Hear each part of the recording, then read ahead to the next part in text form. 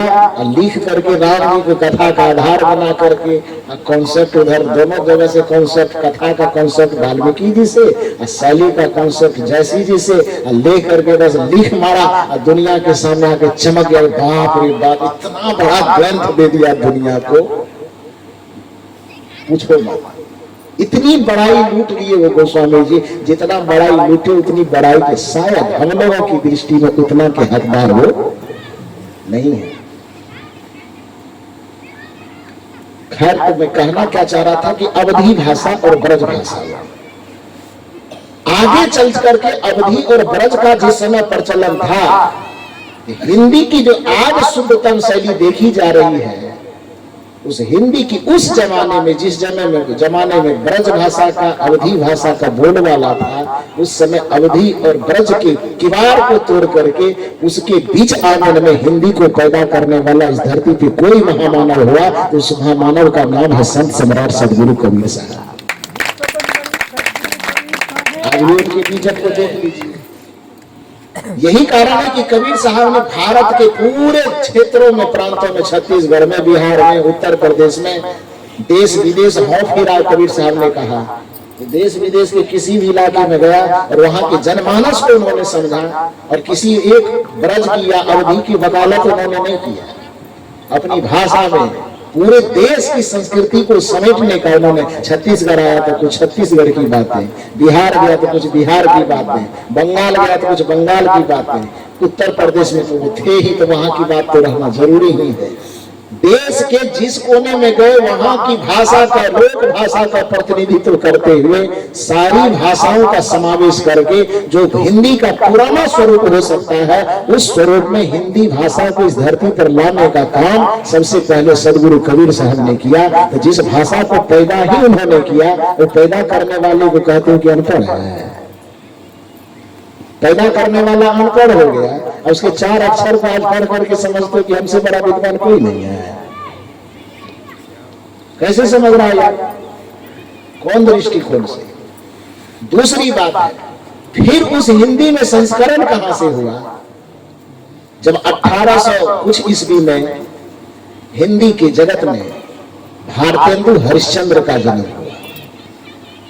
नाम सुने हैं ना? आधुनिक हिंदी साहित्य के पिता किसे कहा जाता है? यदि प्रश्न किया जाए आपको कि आधुनिक हिंदी साहित्य का पिता कौन है, भारतेंदु हरिश्चंद्र का नाम क्यों आता है? क्योंकि जिस भाषा को बोल करके आप बड़े विद्वान कहलाते हैं, उत्पन्न तो किया कबीर साहब जैसे लोगों ने, उत्पन्न किया उधर अमीर खुसरो ने, बना करके मुकड़ियां बना करके, तो क्या कहते हैं उसको, पहेलियां बना करके, थोड़े थोड़े से शब्दों में हिंदी को उन लोगों ने उत्पन्न किया। अध्यात्म संत के जगत में कबीर साहब ने, और उधर कविता कवि की जगत में अमीर खुसरो। और उसके बाद आगे चल करके, लेकिन वो हिंदी तो इतना सीधा नहीं होगा जितना शुद्ध आज बोलते, ऐसा तो नहीं होगा, क्योंकि नया नया उत्पन्न हुआ है तो अभी इतना संशोधित कैसे हो जाएगा। तो आगे चल करके फिर एक भाषा को नया संस्करण देने के लिए जब आधुनिक हिंदी जगत में भारतेंदु हरिश्चंद्र का जन्म होता है, तब फिर उन्होंने कहा नहीं है भैया, ब्रज भाषा वगैरह से काम चलने वाला नहीं है, और उन्होंने दुनिया को हिंदी दी। इसलिए हिंदी, आधुनिक हिंदी साहित्य के पिता भारतेंदु हरिश्चंद्र कहलाते हैं। आगे चल गए, हालांकि उन्होंने लेख का विषय, गद्य का विषय तो हिंदी को बनाया, लेकिन ब्रज भाषा, अवधि से भी ज्यादा ब्रज भाषा का इतना पकड़ था कि कविता की रचना जब भारतेंदु हरिश्चंद्र भी करते थे तो वो ब्रज भाषा में ही करते थे। लेख लिखते थे हिंदी में और कविता लिखते थे ब्रज भाषा। नया नया होने के कारण उनका हिंदी भी इतना अशुद्ध होता था, वो अशुद्धता पर ध्यान नहीं देते थे। उनको लगता था कि लिखना है, शुद्ध हो से क्या मतलब है। हिंदी का जो आज शुद्ध रूप देखने को मिलता है, हिंदी का शुद्धिकरण किसने किया मालूम है? आचार्य महावीर प्रसाद द्विवेदी। अब आप कहेंगे कि आप प्रवचन करने आए कि लेक्चर देने आए। बुरा नहीं लग रहा है? मेरी बात समझ रहे हैं जी? अच्छा लग रहा है। हाँ, तो महावीर प्रसाद द्विवेदी जब आए तो उनको लगा कि ना, भाषा को इतना उठपटांग हम नहीं रहने दे सकते हैं। भाषा को उत्पन्न करने का श्रेय जाता आधुनिक भाषा को भारतेंदु हरिश्चंद्र पर, और उस भाषा को संशोधित करके आज जिस रूप में हम भाषा को समझ रहे हैं, उस संशोधित करने का श्रेय जाता है किनको?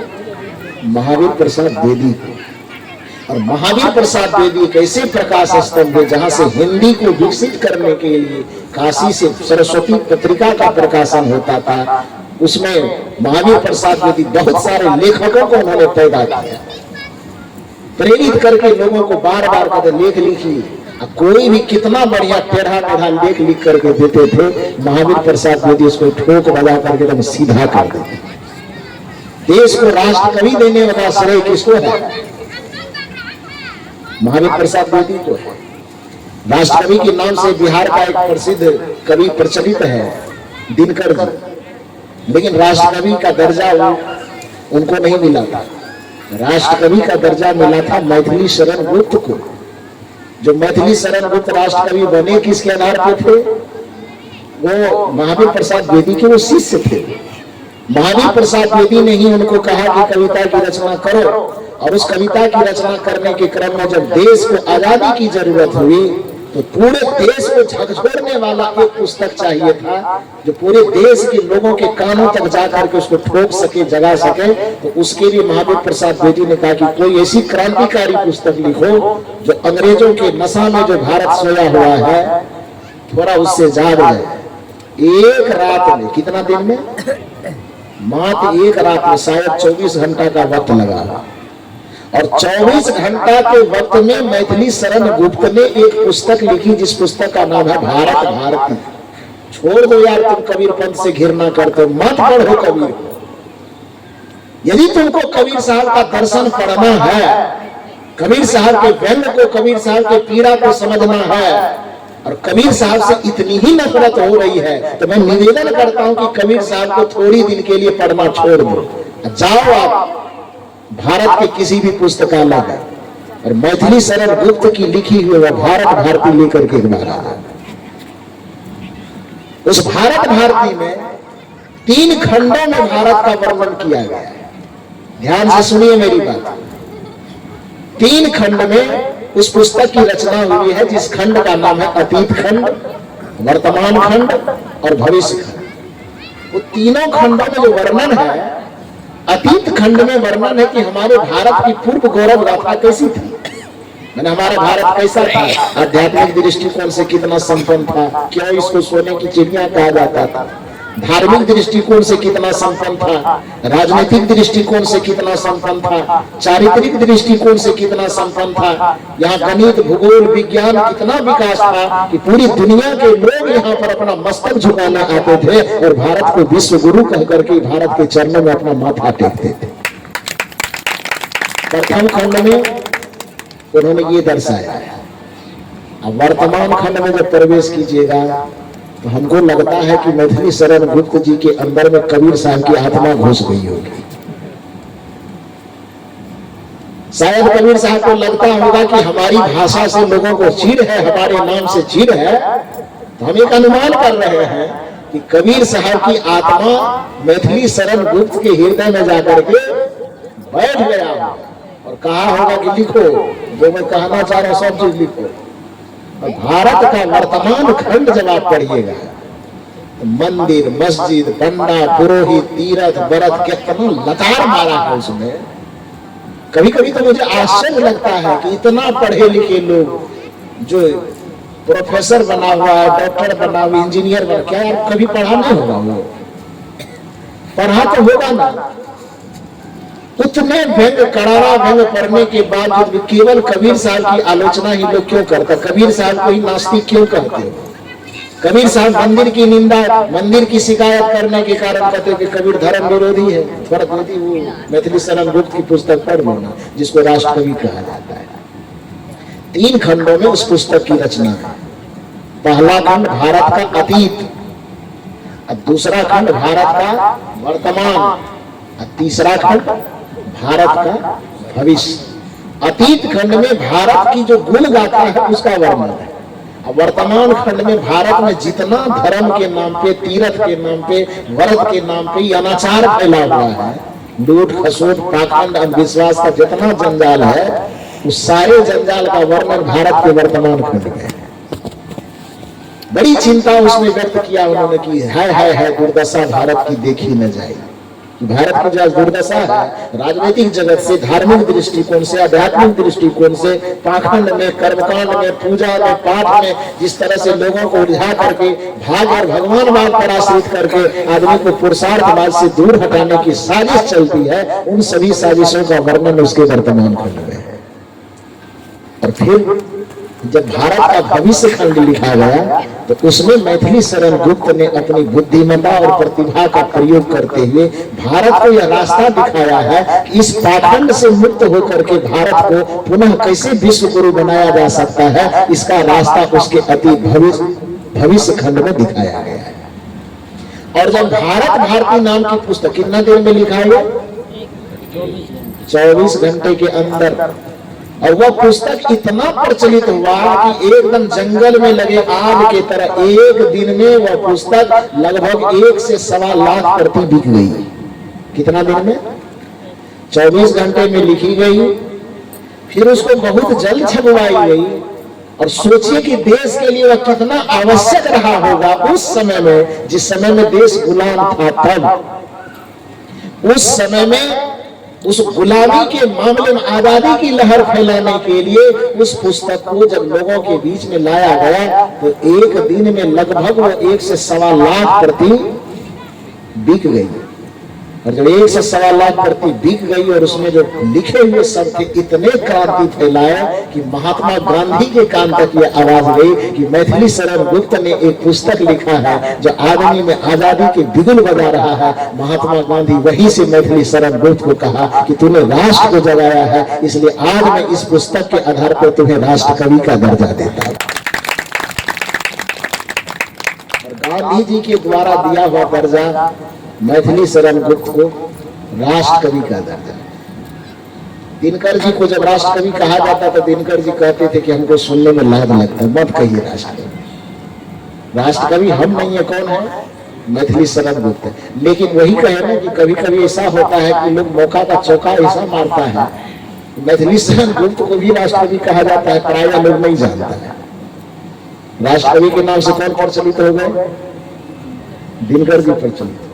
वही बात है कि अवधि लिखने का श्रेय जाना चाहिए, जयसिंह को श्रेय कौन लेके चला गया? थोड़ा बोलिए बढ़िया से। तुलसीदास जी से। तो देखिए, अब इतना विश्लेषण करके मैं ये बताना चाहता हूं कि जिस भाषा को आप और हम कह रहे हैं कि उस भाषा को आप और हम पढ़ करके अपने आप को विद्वान कहते हैं, उस भाषा को इस धरती पर उत्पन्न करने वाला कौन है? ये बताइए ना, कौन है? वो सदगुरु कबीर साहब। जिस भाषा को आज हम बोल पा रहे हैं, इस भाषा के नए जन्मदाता के रूप में सदगुरु कबीर साहब हैं। अब उस भाषा को हम पढ़ करके हम विद्वान कहलाते हैं, और जिसने उस भाषा को पैदा किया उनको हम अनपढ़ कहते हैं। कितनी बड़ी विडंबना की बात है। इसलिए कबीर साहब को कोई अनपढ़ कहे, ये बात न सुनना चाहिए। और आज के बाद तो हमें लगता है कि आप लोग उसको बढ़िया से समझा दीजिएगा। समझाइएगा कि नहीं? कि अभी भी कुछ संदेह रह गया है, नहीं रहना चाहिए। समझा दीजिएगा कि जिसको पढ़ करके तो अपने आप को सोच रहा है कि हम 16 फुट कलम खोसने लायक बन गए हैं, उस भाषा को इस धरती पर उत्पन्न करने वाला कौन है भाई? सदगुरु कबीर साहब। तो वो कहां से पढ़ेगा? उत्पन्न किया तो जब था ही नहीं तो पढ़ेगा कौन सी?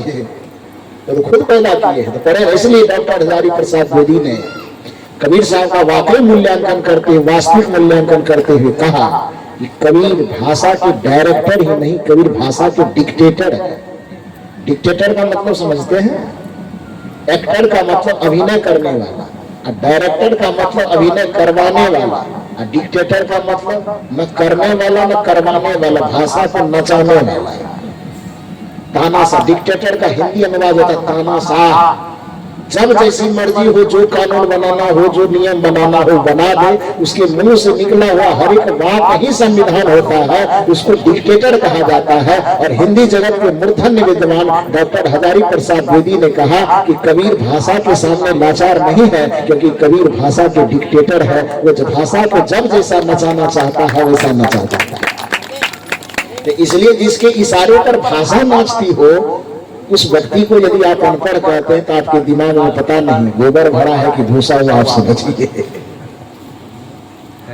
मूल रूप से तो खैर जो बात मैं कहना चाह रहा था कि कबीर साहब की जो भाषा शैली, चेतना शैली, ज्ञान शैली इतनी उच्च है, वो उस हंस दशा में बैठे हुए हैं कि उनकी हंसत्व को समझने के लिए आपको कौवापन छोड़ करके आपको भी हंस की श्रेणी में आना होगा। इसलिए कबीर साहब कह गए कि हंसन की गति हंस ही जाने, क्या जाने कोई कागरे। तो कबीर साहब का व्यंग यदि आपके समझ में नहीं आ रहा है, इसका ये मतलब नहीं है कि कबीर साहब कुछ नहीं जानते, अनपढ़ है, बल्कि इसका मतलब ये है कि उसके संप्रेषण को समझने की क्षमता आपके पास नहीं है। उनके विचारों को, उनके चिंतनों को, दर्शन को पचाने की क्षमता आपकी बुद्धि में नहीं है। क्योंकि शेर का दूध सब नहीं पचा सकता, जर्सी गाय का दूध भले पचा लीजिए, ओरिजिनल गायों का दूध नहीं पच पाएगा, तो शेर की दूध की तो दूर की बात है। और कबीर साहब जर्सी गाय नहीं है, कबीर साहब शेर है। तो उनकी वाणी के दूध को पीना सबके कलेजी का पावर नहीं है कि नहीं पचा सकता। तो कहने का ये अभिप्राय है, मैं मूल रूप से कह रहा था कि कबीर साहब मंदिर के निंदक नहीं है, भगवान के निंदक नहीं है, बल्कि वो ये कहना चाहते हैं कि भगवान के नाम पर यदि आपने ईंटा खड़ा कर दिया और 5 तिलक लगा दिया और आप कहते हो कि भगवान है, कबीर साहब कहते दोनों बात है। रात के लिए न मुझे रतौंधी है, न दिन के लिए मुझे मोतियाबिंद है। मेरे आंख को स्पष्ट दिखाई देता है कि वो ईंटा रखा हुआ है, उस पर 5 तिलक लगे हैं। तो ईंटा का उपयोग घर बनाने में होता है, उसका घर बनाने में उपयोग करो, धन्यवाद दूंगा मैं। लेकिन उसका उपयोग यदि बेटा बेटी, दुनिया, धन, माल, खजाना दिलवाने में करोगे तो ईंटा का उपयोग वो काम करने में नहीं है, वो हम नहीं मानेंगे। अब उस ईंटा को नहीं मानने की इसका यह अर्थ थोड़ा है कि हम भगवान को नहीं मान रहे हैं। बांस को हम नहीं मान रहे, इसका ये थोड़े मतलब है कि हम भगवान को नहीं मान रहे हैं। भगवान को हम मानते हैं, लेकिन जो भगवान है उसको भगवान मानते हैं। 500 का नोट होगा तो वो दीजिएगा तो मानेंगे, 500 नकली नोट ला के दीजिएगा तो ऐसे देखेंगे कि नहीं देखेंगे। नजर आएगा कि नहीं ये ठीक नहीं है तो उसको फेंक देंगे, नहीं है तो जो फेंके तो 500 के नोट को, 5000 के नोट को थोड़े फेंका गया। वो असली के नाम पर जो नकली है भाई, उस नकली को फेंका गया जी। तो नकली फेंकने का मतलब असली की अवहेलना नहीं होती है, बल्कि नकली फेंकने का मतलब असली का इज्जत करना होता है। कबीर साहब ये नहीं कहते हैं कि मैं भगवान को नहीं मानता। कबीर साहब ये कहते हैं कि असली भगवान के नाम पे जो तो नकलियों का जाल बिछा दे रखा है, उस नकली को हम फेंक देने वाले हैं। क्योंकि जब तक नकली को फेंका नहीं जाएगा, आदमी असली भगवान के पास नहीं पहुंच पाएगा। परमात्मा के नाम पर फैले हुए आडंबर को जब तक उघाड़ा नहीं जाएगा, व्यक्ति असली परमात्मा के करीब नहीं पहुंच पाएगा। ईश्वर के नाम पर फैले आडंबर को, अंधविश्वास को जब तक उखाड़ करके नहीं फेंका जाएगा, तब तक आदमी ईश्वर के स्वरूप को समझ नहीं पाएगा। कबीर साहब भगवान के विरोधी नहीं है, बल्कि कबीर साहब भगवान के सबसे बड़े समर्थक है। कबीर साहब ईश्वर के विरोधी नहीं है, बल्कि कबीर साहब ईश्वर के सबसे बड़े समर्थक हैं। कबीर साहब राम के विरोधी नहीं है, बल्कि कबीर साहब राम के सबसे बड़े समर्थक हैं। लेकिन कबीर साहब कहते तू तो बस एक दशरथ के पुत्र राम में अटक के रह गया यार। जिस दशरथ ने जिस राम को जन्म दिया तुम उसमें अटक गए। मैं तुम्हें उस भगवान के पास ले जाना चाहता हूं जो दशरथ का भी भगवान है, जो दशरथ के दादा का भी भगवान। यदि रामे पर से भगवान मानेंगे, राम के बाप का भगवान फिर कौन होगा? राम के दादा का भगवान फिर कौन होगा? राम के नाना जो होंगे उसका भगवान कौन होगा? पूछिए छत्तीसगढ़ वाले से, जब आपको छत्तीसगढ़ वाला देंगे क्योंकि राम जी का ननिहाल कहाँ है? कहाँ है ननिहाल? छत्तीसगढ़ में। तो नाना सब बताइए, चूंकि राम जी के पहले नाना आए होंगे ना, पहले नाना आए होंगे, तब उसकी माँ जन्म ली होगी, तब फिर माँ की शादी हुई होगी, उसके बाद राम जी जन्म लिए होंगे। यदि भगवान की उत्पत्ति हो राम से ही मानेंगे तो राम जब नहीं थे इस धरती पर, तब इस धरती पे कोई भगवान था भी नहीं था। और मेरी बात समझ रहे कि नहीं समझ रहे? कबीर साहब कहते हैं कि केवल अयोध्या में जो जन्म लिया, भाई प्रगट कृपाला दीन दयाला कौशल्या हितकारी, तुम्हारी दृष्टि उस राम पे जाके अटक गई। मैं उस राम की चर्चा करना चाहता हूँ जो केवल वो दशरथ के बेटा राम नहीं है, बल्कि दशरथ का भी भगवान राम है, जो कौशल्या का भी भगवान राम है, जो कौशल्या के भी नाना होंगे उसका भी भगवान है। उस भगवान तक मैं ले जाना चाहता हूँ जो सबका भगवान है और सबके हृदय में बैठा। यही बात कहना चाहते हैं। और कबीर साहब ने उस राम की उपासना करने के लिए पूरी दुनिया को बताया। कस्तूरी कुंडल बसे मृग ढूंढे वन माही, ऐसे घट घट, आगे बोल दीजिए आप। राम जी के ननिहाल वाले तो इतना काम भी नहीं की जरूरत कैसे है? और आप कहते हैं कि कबीर साहब राम को मानते नहीं। अरे कैसे नहीं मानते? वो चिल्ला करके पुकार करके कह रहे कि ऐसे घट घट राम है। और है मतलब नहीं कभी नहीं होता है मतलब हाँ होता है। और आप जबरदस्ती उसके मुंह में ना को डालना चाहते हैं कि कबीर साहब कहे कि ना होता है। कबीर साहब कहे हाँ होता है, आप कहते ना होता है। कैसे होता है? कस्तूरी कुंडल बसे मृग ढूंढे वन माही, ऐसे घट घट राम है दुनिया जानत नहीं। तब ननिहाल वाला हो कि इतना भी नहीं बोलिएगा। अभी जहाँ पर राजनांदगांव में ठेलकाडी के बगल में जो कार्यक्रम हो रहा था, वहाँ एक प्रोफेसर आए हुए थे। वो आए कहे साहब मिलने के लिए गए, ऊपर में दूसरा मंजिल पर ठहरे हुए थे। तो जैसे गए एक आदमी को लेके गया, उन्होंने कहा गुरुजी मैं सत्संग को कभी नहीं सुनता, सत्संग से मुझे कोई मतलब भी नहीं है, महात्मा लोगों को मैं देखना चाहता। परसों की ही बात है, मैं यहाँ आ भी नहीं रहा था, लेकिन आपके प्रवचन को मेरे एक मित्र सुन रहे थे। यहाँ से मैं 40 किलोमीटर दूर में था और मेरे मित्र बार बार फोन कर रहे थे कि एक बार आ जाओ यार। तो हम उसको टालने की कोशिश करते थे। अच्छा आएंगे कह देते थे, किसी तरह टल जाए।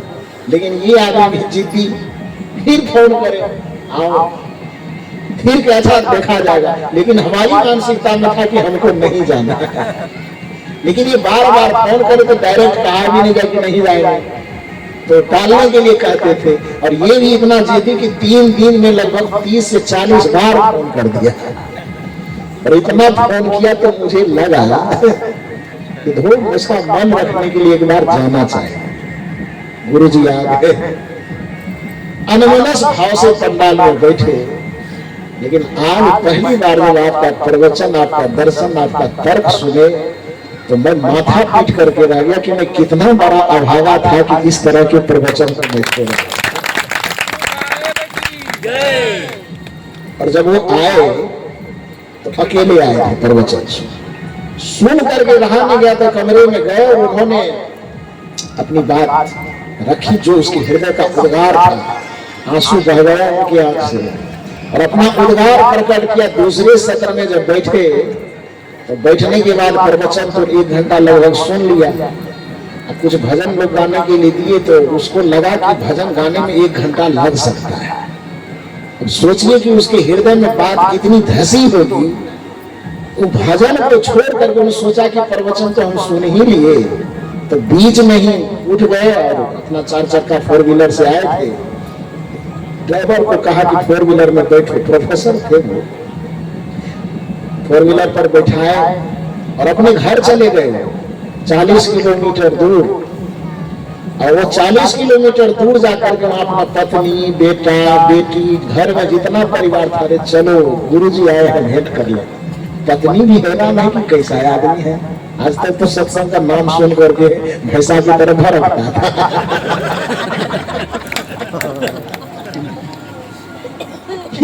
40 किलोमीटर दूर से हम लोगों को लेने आया। जी, ये मैं बना करके नहीं कह रहा हूं। फिर वो 40 किलोमीटर दूर गए, अपने पत्नी बच्चे जितने घर में परिवार थे सबको गाड़ी में बिठाए और उसके बाद वहां से फिर 40 किलोमीटर से पत्नी बच्चे को लेकर के आए। और आने के बाद जब बातचीत हुई, उसकी पत्नी भी कही कि आज मुझे किसी गुरु जी से आपने भेंट करवाया है, पतिदेव इसके लिए आपको मैं बहुत बहुत धन्यवाद देती हूँ। फिर 1 घंटा हम लोगों के बीच में बैठे, बातचीत हुई, थोड़ा हंसी हुआ। तो उसी बीच में प्रोफेसर साहब बोले कि आपको तो राम जी के बारे में कुछ कहना ही होगा, क्योंकि आप राम के ननिहाल में आए। राम का नमक खाए है, राम के ननिहाल खाए, तो बोलना तो होगा ही। तो हम भी सोचे थोड़ा मौका पर चौका मारते हैं। तो मैंने कहा चिंता मत कीजिए, आप राम जी के ननिहाल वाले हैं तो हम राम जी के ससुराल वाले हैं। और आपके यहाँ राम जी को चाहे जितना दुलार पुचकार किया जाता हो, हमारा यहाँ राम जी को खूब गाली दी जाती है। ज्यादा यदि हमको कहीं राम जी कह करके चिढ़ाए, यदि हम अपने पर उतर आए तो इतना गाली से दे भर देंगे। क्योंकि जब लड़के की शादी होने के लिए जाते हैं तो लड़का का बहाना बना के उसका नाना नानी दादा दादी मौसा मौसी सबको गाली से भोजता है। इधर देखो नहीं देते हैं गाली, मतलब गलत गाली नहीं देता है, व्यंग कर गाली मतलब गंदा गाली है। क्या बोलते हैं उसको? हाँ, हरामी।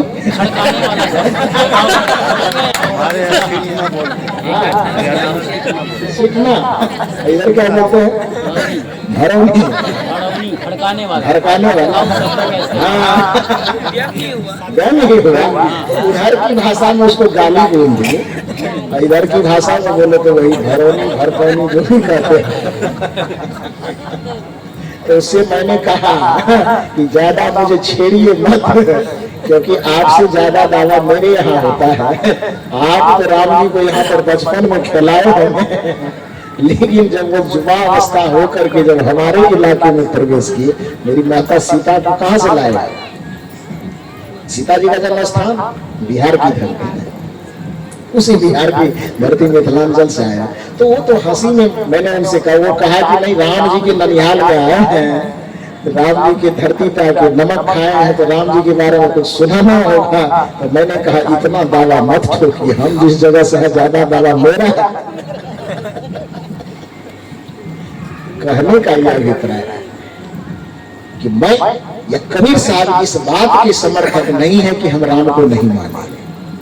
कबीर साहब इस बात के समर्थक हैं कि राम के नाम पे तू जो आडंबर फैला रहे हो, हम उस राम को नहीं मानेंगे। लेकिन राम को मैं क्या, दुनिया का कोई भी पागल व्यक्ति होगा तो वो राम को मानेगा, लेकिन वो राम को कहीं बाहर में चित्र में मूर्ति में नहीं मानेगा। चित्र में उसका प्रतीक हो सकता है, प्रतीक होना अलग बात है। जमीन आपके पास है तो जमीन का नक्शा है कि नहीं? उलझन आएगा तो जमीन का नक्शा निकालिएगा, दुनिया पर काल जो भी होता है लगाइएगा। लेकिन आप इतना बताइए कि जमीन के उलझन को समझने के लिए नक्शा भले ही आप अपने अलमारी में रखे हैं, लेकिन यदि आपको मकई टमाटर धान गेहूं धनिया उपजाना होता है तो वो नक्शे पर उग जाते हैं क्या है? वो उपजाना होता है, बीज लगाना होता है, फसल लगाना होता है, तब कहाँ जाते हैं? नक्शा के पास की प्लॉट पर। थोड़ा बढ़िया से बोलिए ना, प्लॉट पर जमीन जिसको कहते हैं, वो जमीन कागज वाला होता कि ओरिजिनल? ओरिजिनल होता है। अरे भैया जिस समय उलझन पड़ेगी उस समय नक्शा निकाल लेंगे, लेकिन कुदाली चलाना है, हर चलाना है, बीज छींटना है, तो नक्शा को बार बार जाके क्या देख रहे? प्लॉट पर चलो ना। मंदिर वाला जो चित्र है वो एक नक्शा है भगवान का। यदि उलझन आएगी तो मंदिर में जाके नक्शा को समझ लेंगे, लेकिन ओरिजिनल भगवान के पास जाना हो तो मंदिर जाने की जरूरत नहीं। कबीर साहब का जो हृदय मंदिर है उसमें प्रवेश करना। और कबीर साहब कहते हैं कि ओरिजिनल राम यहाँ है। कस्तूरी कुंडल बसे मिर्ग ढूंढे बनमाहु, ऐसे घट घट राम है दुनिया जानत नहीं। जो तिल माही तेल है, जो चकमक में आग, तेरा साईं। अब साईं कहिए कि ईश्वर कहिए कि भगवान कहिए कि परमात्मा कहिए, केवल भाषा का अंतर है, भाव का और तथ्य का कोई अंतर नहीं है। और आप कहते भगवान को मानते नहीं है, कैसे नहीं मानते? जो तिल माही तेल है, जो चकमक में आग, तेरा साईं तुझ में जाग सके तो जाग जाइए और भगवान को पा लीजिए, मानने की जरूरत ही नहीं पड़ेगी। तो बहुत बहुत साधुवाद। पता नहीं बोलते बोलते कितनी बातें बोल गए, यदि बुरा लगा हो तो क्षमा कीजिएगा। आपके मस्तिष्क में कहीं ये नहीं लगना चाहिए कि आए थे प्रवचन करने, ये प्रोफेसर के तरह लेक्चर झाड़ने लगे। आदत है ना, कभी कभी यूनिवर्सिटी में जाते हैं, वहां पर विद्यार्थियों के बीच में अपनी बात रखनी होती है, तो इस जगह आते हैं तो थोड़ा इसकी भी मर्यादा है ना, इस मर्यादा में थोड़ा बन जाता है। तो विद्वानों की सभा जहां लगती है तो एक बात आप समझ लीजिए, खौलते हुए पानी में आग से कहा, क्या कहा? शायरी यदि समझते तो समझिए थोड़ा सा। खौलते हुए यानी उबलते हुए, उबलने वाला पानी समझते हैं ना, तो उबलते हुए पानी ने आग से कहा, यदि बर्तन की मर्यादा न होती तो तुम्हें बताता कि तुम्हारी औकात क्या है। तो बर्तन की मर्यादा है कि तू बचा हुआ और हमको खोला रहा। हम लोगों के पास जो कबीर साहब के खिलाफ में कोई कुछ बोलने के लिए आता है, तो यही बर्तन की मर्यादा होती है, जो सामने से बढ़िया से सुरक्षित होके चला जाता। सुरक्षित होने का मतलब ये नहीं कि मर्डर हो जाएगा, मतलब उसको वो व्यंग, वो शैली में हम लोग कुछ कह नहीं पाते। उस शैली को यदि उसे सुनना हो तो थोड़ा सा विद्वानों की वो सभा लगावे, थोड़ा यूनिवर्सिटी का माहौल पैदा करे, तब हम लोगों के सामने थोड़ा सा आ जाए। कबीर साहब अपने जमाने में विद्यालय गए हो कि न गए हो मुझे नहीं पता, विद्यालय था ही नहीं, तो गाछ के नीचे में विद्यालय लगता था, नहीं लगता था। ये प्राथमिक विद्यालय, उच्च विद्यालय, महाविद्यालय बना हुआ था। अरे आम गाछ के नीचे एक शिक्षक बैठ जाते थे, वहीं पर पढ़ते थे। तो विद्यालय था ही नहीं तो लोग विद्यालय जाएगा कहां से भाई, कहां से जाएगा? तो मेरी दृष्टिकोण में मैं ये जहां तक समझ पा रहा हूं कि भले ही कबीर साहब को कभी विद्यालय जाने का मौका लगा हो कि न लगा हो, लेकिन आज उसी कबीर के खानदान में, उसी कबीर के परिवार में ऐसे ऐसे व्यक्ति पैदा है जो यूनिवर्सिटी को पैदा करने वाला है, यूनिवर्सिटी को उत्पन्न करता है। तो कबीर साहब के जमाने में तो आप है नहीं कि उनसे हाथ से हाथ मिला पाइएगा, एक बार जरूरत समझ में आवे तो उनके परिवार के बच्चों से आकर के हाथ मिला, बात समझ में आ गई। तो बहुत बहुत साधुवाद, बहुत बहुत आभार आप लोगों के प्रति, मेरी इतनी वाणी को आपने इतना शांत और धैर्य पूर्वक सुना, इसके लिए बहुत बहुत साधुवाद देते हुए, यदि ज्यादा बदमाशी कीजिएगा तो भड़काने भी शुरू हो जाएगा। तो बहुत बहुत साधुवाद देते हुए अपनी वाणी को यहीं पर विराम देता हूं। बोलिए सद्गुरुदेव की।